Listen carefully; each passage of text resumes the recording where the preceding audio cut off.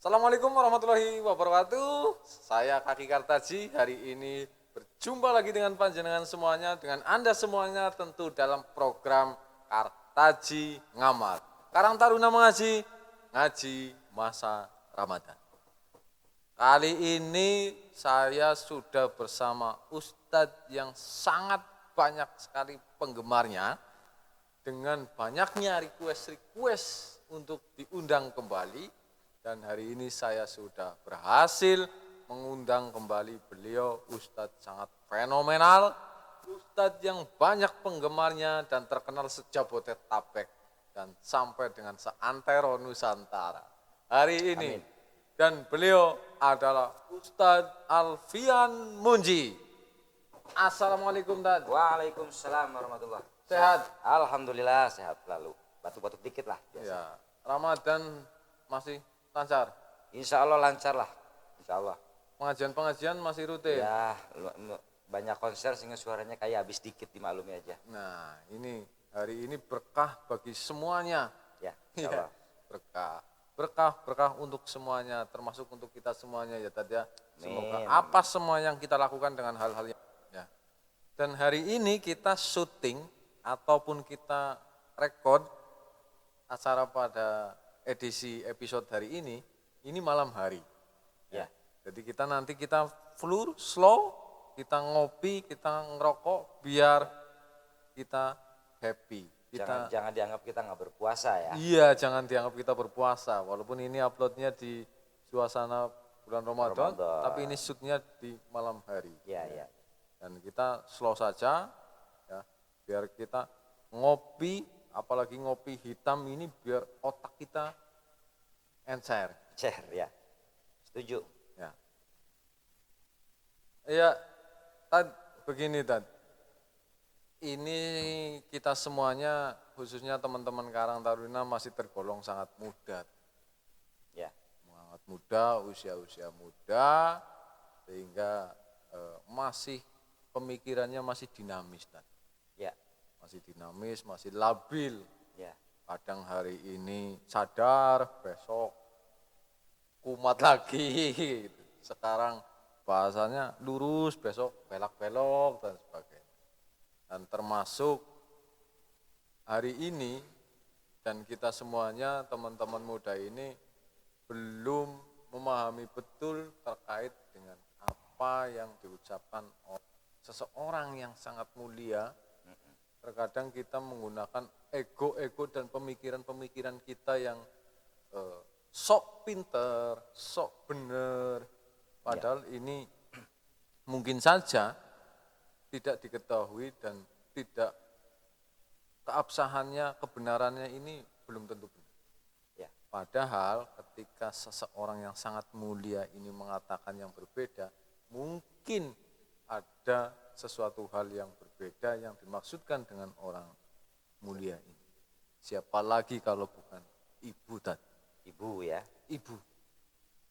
Teman-teman kita, khususnya di usia-usia muda ini, usia SMP, usia SMA, usia beranjak dewasa, orang yang baru nikah mungkin di usia-usia Karang Taruna ini, ya. Ini kadang-kadang kita masih membantah orang tua, terutama ibu. Kita masih menggunakan pola-pola pikir kita sendiri. Ya. Padahal yang dikatakan ibu ini sebenarnya ibu kadang-kadang berkata bukan hanya dengan lisan, tapi dengan perasaan yang lebih tajam. Ya. Nah, ini yang kita mau mintai keterangan, mintai ilmu, mintai pemahaman, penerangan, wejangan dari Ustadz. Ya. Ini kadang-kadang kita bertolak belakang dengan pemikiran-pemikiran ibu. Ini seperti apa tadi? Baik, menarik sekali ya. Assalamualaikum warahmatullahi wabarakatuh. Waalaikumsalam warahmatullahi wabarakatuh. Kepada semua penonton, terutama teman-teman di Karang Taruna se-Indonesia. Bahkan ternyata penonton ini sampai ke luar negeri ya. Luar negeri, Hongkong, Taiwan. Ya, walaupun mungkin saya rasa itu TKI. Nah ya TKI yang dapat linknya dari kita. Ya, tapi bagaimana juga itulah viewer dari luar negeri dan itu suatu kemajuan. Semoga channel ini makin bertambah. Amin. Besar lah ya, berkembang. Amin. Baik, ini saya rasa menarik sekali tentang bagaimana kita sebagai anak muda, saya juga pernah muda, itu cenderung lebih memiliki satu kelabilan ya, labil dalam bersikap dan sebagainya. Nah itu memang sesuatu yang normal saja, karena memang itu adalah fase dari kita anak, kemudian remaja, ya kan? Remaja, anak muda tuh sampai nanti kita sampai di masa-masa dewasa gitu. Iya. Nah, tadi menarik disampaikan oleh panjenengan itu tentang terkadang justru di kelabilan ini malah sering ada semacam apa ya, gesekan atau konfrontasi walaupun dengan berbagai skala ya. Justru dengan orang yang seharusnya paling dimuliakan, Betul. yaitu ibu. Ya seperti itu ya. Ya, jadi memang agama kita di agama Islam itu sangat-sangat concern dalam hal ini, terutama dengan ibu. Kita ingat Nabi pernah bersabda ketika itu ditanya oleh salah seorang sahabat, ya Nabi, kepada siapa aku harus berbakti? Ternyata Nabi menjawab, ibumu. Ya. Lalu kemudian bertanya lagi, lalu ke siapa Nabi? Dia menjawab, ibumu. Lalu ke siapa? Ibumu, sampai 3 kali. Dan pertanyaan keempat baru, ayahmu. Jadi ini bukan berarti kita mendiskriminasikan ayah, ya saya juga seorang ayah, panjenengan juga seorang ayah, tetapi lebih kepada Islam itu sungguh-sungguh memuliakan sosok ibu ini. Ya. Jadi kalau di Indonesia sudah ada emansipasi wanita, itu kan baru abad 18, 19 kesini lah ya. Betul. Baru kemarin, tapi dari 1400 tahun lebih yang lalu Nabi sudah sangat memuliakan wanita. Ya, terutama dalam hal ini adalah ibu tentunya seperti itu. Mohon maaf Tad, ibu masih ada? Kebetulan ibu saya sudah almarhumah. Sudah almarhumah. Ya. Mohon maaf ini Ya. terkait dengan itu. Karena saya meyakini bahwa ibu adalah orang yang nomor 1. Ya. Orang yang nomor 1. Cuma begini, ini teman-teman kita kadang-kadang punya pemikiran yang bertolak belakang dengan. Ya, jadi berbicara tentang ibu lah ya, ini sebetulnya mencangkup banyak sekali segmentasi di sana ya. Karena kita tahu ibu juga seorang manusia, manusia juga nanti dibagi-bagi kategorinya, ternyata itu seorang ibu yang memang baikkah atau ibu yang memang lugu, karena beda-beda ya.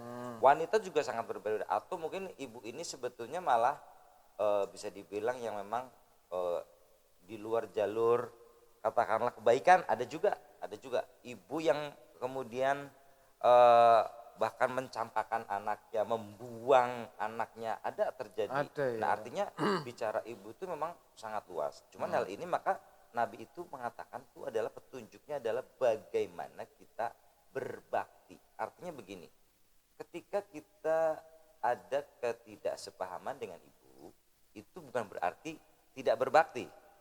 Ya, ingat ya. Jadi berbakti itu bukan berarti kita selalu satu kesepahaman. Ibu juga atau orang tua lah sama saja lah ya, ibu bapak sama saja.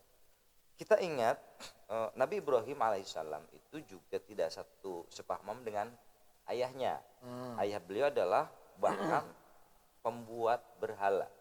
Pembuat berhala dan melarang Ibrahim kemudian dengan keyakinannya untuk menyekutukan berhala. Artinya butuh dia memiliki keyakinan ketauhidan bahwasanya berhala itu bukan Tuhan, sehingga terjadi kayak semacam ya konfrontasi di sana.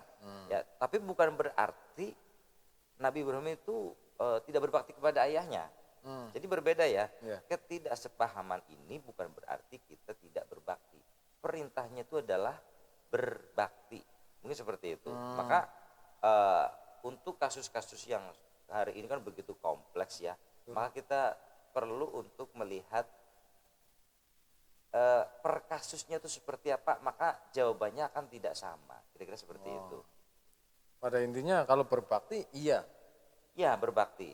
Jadi mungkin begini ya, di dunia ini juga mengajarkan, bahkan bukan hanya Islam. Kita kalau nonton film India, mayoritas itu pasti si jagoannya atau pemeran utamanya itu biasanya kan begitu mendewakan ibu, ya kan? Mendewakan ibu, seolah pokoknya ibu ini luar biasa, dia akan berjuang mempertaruhkan segalanya hanya untuk membela ibunya. Itu padahal dia mungkin juga dari Hindu ya. Dan beberapa kisah-kisah tentang ibu itu hampir di berbagai agama, berbagai kultur itu ada semuanya. Bahkan misalnya begini, ada kisah ketika orang berani melawan ibunya, dia dikutuk jadi batu. Itu kisah maling kundang, ibu juga di sana. Ada juga kisah tentang bagaimana dia kemudian dimuliakan oleh Allah Subhanahu wa taala karena betul-betul dia memuliakan ibunya. Itu ada di zaman Nabi SAW, itu yang bernama Qais Al-Qarni. Walaupun Qais Al-Qarni itu ternyata disebut tabi'in. Dia hidup di zaman Nabi, tetapi dia tidak pernah bertemu Nabi. Jadi dia mengimani Nabi itu dari sahabat. Tapi di zaman Nabi, dia disebut tabi'in. Bahkan Nabi sampai mengatakan kepada Umar untuk mintalah doa kepada orang yang bernama Qais Al-Qarni. Dan dia berada jauh dari Mekah ketika itu. Dia di daerah Yaman. Nah, luar biasa Qais Al-Qarni itu betul-betul memuliakan ibunya, dia memastikan ibunya selalu baik-baik saja. Bahkan ketika ibunya ingin berhaji, dia menggendong ibunya dari Yaman ke Mekah sampai kembali lagi.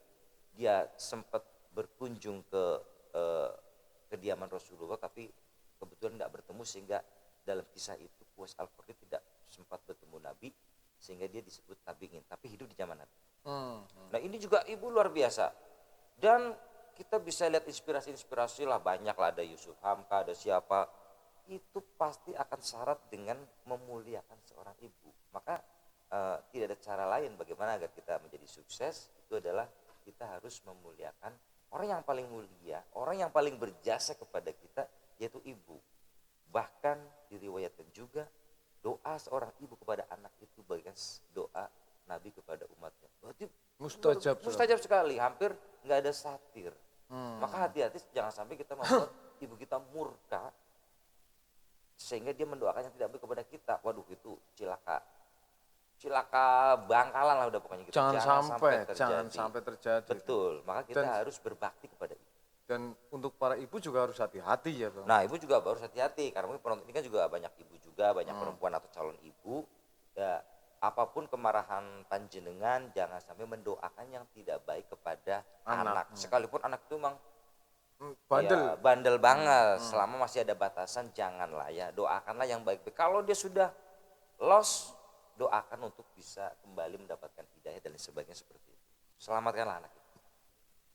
Itu teman-teman semuanya terkait dengan topik pada hari ini, bahwa kita semuanya sebagai anak harus memuliakan seorang ibu terutama, yang tentu lebih umumnya adalah orang tua, baik ayah maupun ibu. Hanya saja ibu adalah orang yang dimuliakan ya, oleh Allah Subhanahu wa taala ya, dengan tadi bahwa Nabi Muhammad menyampaikan bahwa ibu baru ayah.